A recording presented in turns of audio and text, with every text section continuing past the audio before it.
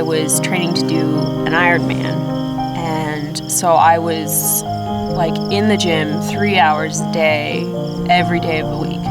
And I kept getting these really bad cramps. And, you know, I knew something was wrong. So I got a referral to a doctor, and she came back like a week later and said, yeah, you definitely have tumors on your ovaries.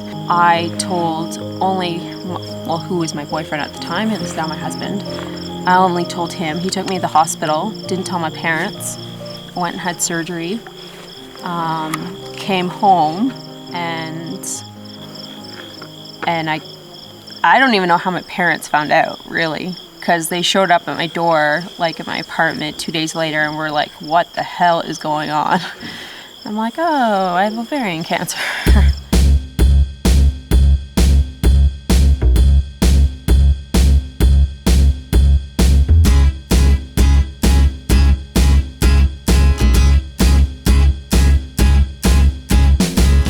It's a great day, I'm feeling good. Oh, the possibilities of what I could, oh, do with the world at my fingertips. My imagination brings a smile up to my lips. Oh, fascinated, I'm moving fast. Oh, I'm optimistic as the days go past. Oh, The last time we let loose was when we were 16.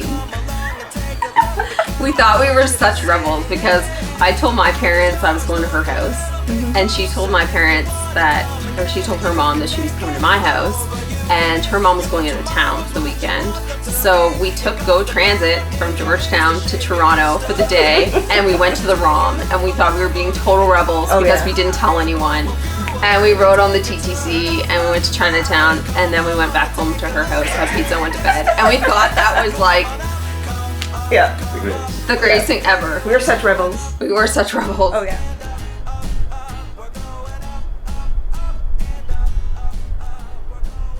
I think one of the big things is really realizing even when you're young, you're not invincible. I mean, death's always been a part of my life. I lost a lot of people when I was a child, including my dad got sick when I was 8, and he died when I was 18. I stopped really taking care of myself and made a lot of stupid choices and really kind of went on a bit of a journey of self-destruction. When I was starting to come back out of that and really starting to value my life is when Amy got sick. It really changed for me when it came back the second time. And not only was it back, but it was back in this, like now I have 2 tumors in my lungs and not just one, so it becomes more complicating. It feels like I'm not surviving, I'm just kind of floating along, like I'm not getting better, I'm hopefully not getting worse, but that I'm just kind of in the middle. Like when I think of it, I think of someone who is above that middle spot, you know, someone that, you know, someone's conquered cancer. Well, I haven't conquered cancer, obviously.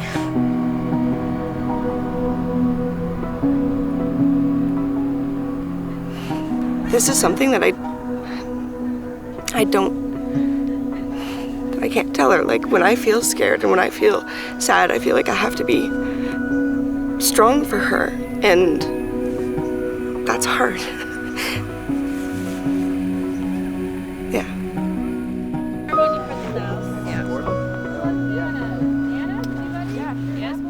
She's got so much on her plate already that, you know, I don't want her to worry about me. You know, I'm fine. It's definitely changed, like the relationships that I have with people. You know, before I was sort of like the mother hen out of my family, and now they don't see me as the person who controls everything anymore. Now I'm the one that has to be taken care of. So that's been really hard. And I know that they've held back a lot. They're trying to get better at it. But, I mean, if someone got sick or if something serious happened, like I would be the last person to find out. Whereas a few years ago, I was the first person to know about it. Amy's the love of my life, and it's hard. Like watching her suffer is terrible. I wish I could do it for her. Our biggest concern is our son. He's a trooper. He's a trooper. He's never one to complain. But you do get a sense that he gets forgotten. I think it's human nature. You tend to focus on directly on who is being affected, who is the sick person. But there's a whole, the close network is affected. When I was finally diagnosed, then it was like surgery right away. And after the surgery, they were going to do chemo. And he kept doing blood work every day, and I was sick as a dog. Well, maybe not a dog, but I was really, really sick. And I couldn't get up, I couldn't move. And I thought, if I'm this sick, how am I going to do chemo? Because I can't even get out of bed. And finally, the doctor called me in, and it had to be something pretty bad if I wasn't going in for chemo, but I was going in for some sort of appointment. And he said, "You're pregnant." And I thought, like, this is the cruelest joke anyone could ever tell. He said, "No, I'm serious, you're pregnant." And I was already 4.5 months along. Like, I was pretty far along. I'm walking home from school, we're having a conversation, and she's like, "So I'm gonna have a baby, or I'm pregnant, I don't know what to do about it, because I can't really go through treatment when I'm going when I'm pregnant, and what should I do?" And I'm sitting there, I nearly got hit by a car, because I stopped dead in the middle of a street, and I'm just like, I can't talk to you about this right now, and I actually hung up the phone. I went home, and his parents live near my parents, so we went out for a drive, and I made him drive me to a park across a bridge that's near my parents' home, because I thought, okay, if I tell him and he freaks out and he leaves, it's not too far for me to walk home. And I told him, and immediately it was like, okay, well, I'm sick, we don't really know what to expect, so let's just get rid of it. So I called and made an appointment for an abortion. Now all of a sudden there was a baby involved, and could she do chemo and radiation and all that stuff? And I called her back and I said, "I can't tell you what to do. I can't give you any answers, but I can tell you that if you were me, if I was you, if the situation was reversed and I knew that this was my only chance to have a kid, I'd put the risks in that. I'd have a kid and see what happens with the cancer."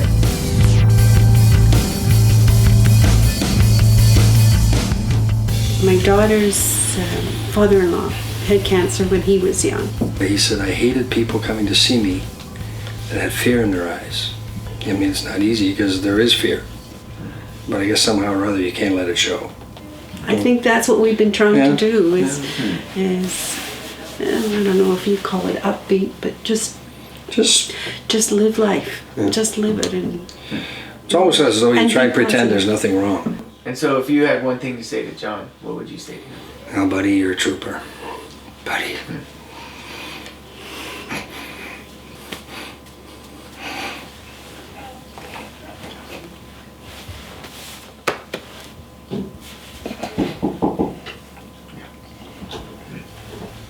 Someone just wants to say goodnight. Oh, are you heading out? All right. Hey, sweetheart. Are you thinking the naked mole rat? Taking more rest. Love you. You have a good sleep, and guess what? Hey, listen. Guess who you're going to see tomorrow? Try carrying her this way. Well, first of all, Papa's going to come and get you, take you to school. You're going to go to Tim Hortons. Right? Then Papa's going to pick you up at school again tomorrow. And then you know what's happening? What? I'm going to hurry home, and I'll see you at our house. And then we'll go to dance. But first we have to play. And what are we going to play? Barbie. Okay, Barbies, and we're going to have a snack, and we're going to Color. color, and maybe we're going to paint. Yeah, we paint. And maybe we're going to read The Naked Mole Rats.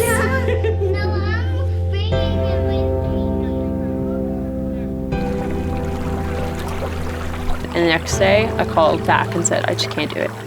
And I called John and told him I couldn't do it. That was kind of like a turning point in my own messy life, because I realized that things could be taken away at any minute, you know. And all of a sudden that I hadn't been worrying about, you know, what I did and how it affected me and how it affected other people. All of a sudden it started to seem more important.